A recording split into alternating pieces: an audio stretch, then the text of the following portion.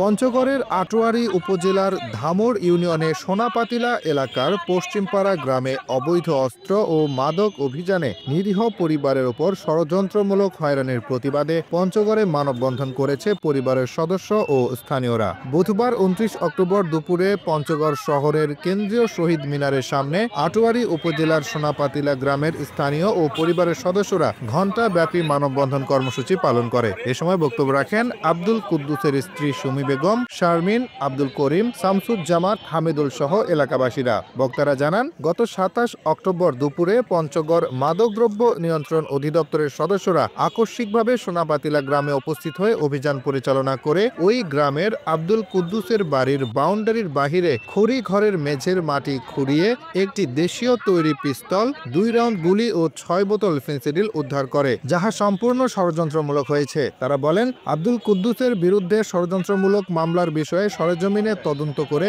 প্রকৃত দোষীদের গ্রেফতারের দাবি জানান এবং ষড়যন্ত্রকারী ধামর ইউনিয়নের ইউপি সদস্য শামসুল হকের বিরুদ্ধে আইনি ব্যবস্থা গ্রহণের দাবি জানান তারা।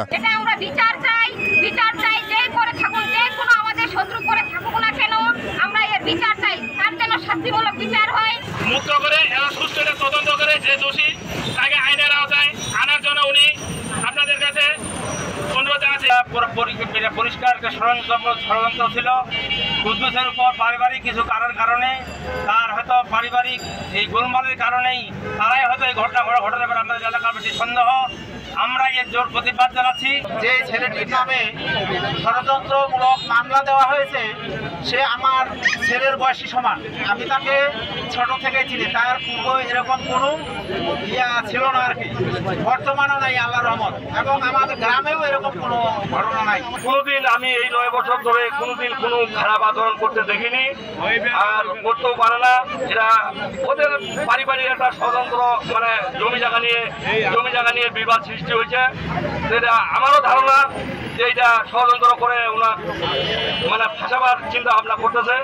পরে স্থানীয়রা বিষয়টি সুষ্ঠু তদন্ত করে আব্দুল কুদ্দুসের ষড়যন্ত্র মামলা প্রত্যাহার ও প্রকৃত দোষীদের গ্রেফতার করে আইনের আওতায় এনে বিচারের দাবি জানিয়ে পঞ্চগড় জেলা প্রশাসক ও পুলিশ সুপার বরাবর আইনগত প্রতিকার চেয়ে ২২৫ জন স্বাক্ষরিত একটি আবেদন করেন।